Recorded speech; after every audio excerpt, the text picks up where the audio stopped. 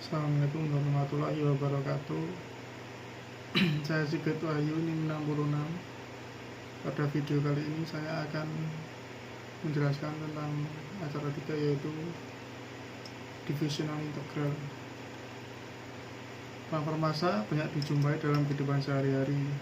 Contohnya yaitu teropong asap yang ngepul ke udara dengan jalan difusi, dan larutan gula yang dilarutkan dalam air dengan jalan difusi.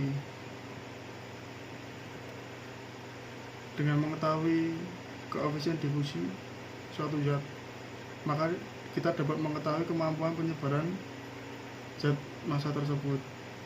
Jika difusionalnya besar, maka dapat dikatakan pula kemampuan transfer massa zat tersebut besar.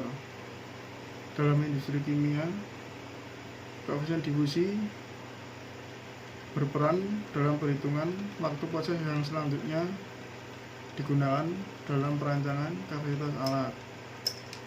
Tujuan percobaan kali ini yaitu menentukan koefisien difusi integral atau DAB, yang merupakan perbandingan antara luas dengan waktu dalam satuan meter kuadrat per detik dari larutan asam oksalat yang berbeda.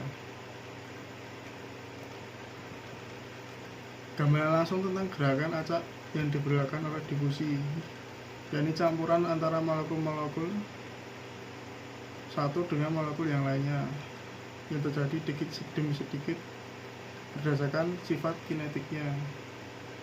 Difusi berlangsung itu dari zat yang konsentrasinya lebih tinggi ke konsentrasi yang lebih rendah. Difusi juga dapat disebut transfer massa yang disebabkan oleh adanya gaya dorong atau driving force yang timbul karena gerakan-gerakan molekul atau elemen fluida. Difusi cair tergantung pada perbedaan temperatur dan perbedaan konsentrasi. Tapi pada praktikum kali ini perbedaan temperaturnya kita abaikan karena terlalu kecil. Jadi yang kita gunakan yaitu perbedaan konsentrasi. Selain perbedaan konsentrasi, difusivitas juga dipengaruhi perbedaan suhu, perbedaan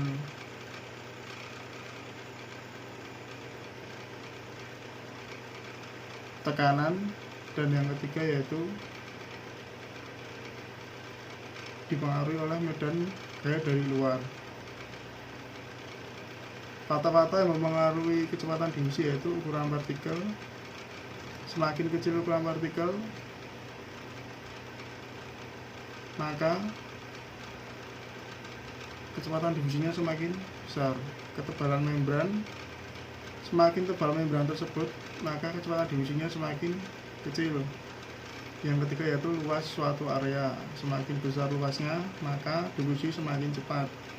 Yang keempat, jarak antar partikel satu dengan partikel yang lain. Semakin besar jaraknya, maka difusinya semakin lambat. Yang kelima yaitu suhu. Jika semakin tinggi suhunya, partikel mendapat energi untuk bergerak dengan lebih cepat. Jadi difusinya juga akan lebih cepat. Difusi itu terbagi dari 3, yaitu difusi cair, difusi padat, dan difusi gas. Contohnya difusi cair yaitu dari air dan kedelai.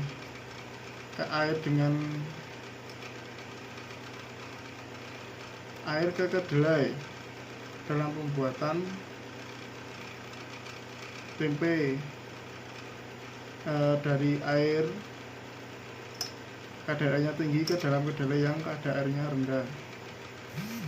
Contoh yang difusi padat yaitu gula dalam pembuatan manisan buah.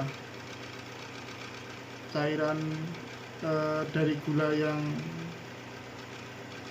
konsentrasinya gula kental atau tinggi ke buah yang konsentrasi gulanya atau manisnya yang rendah.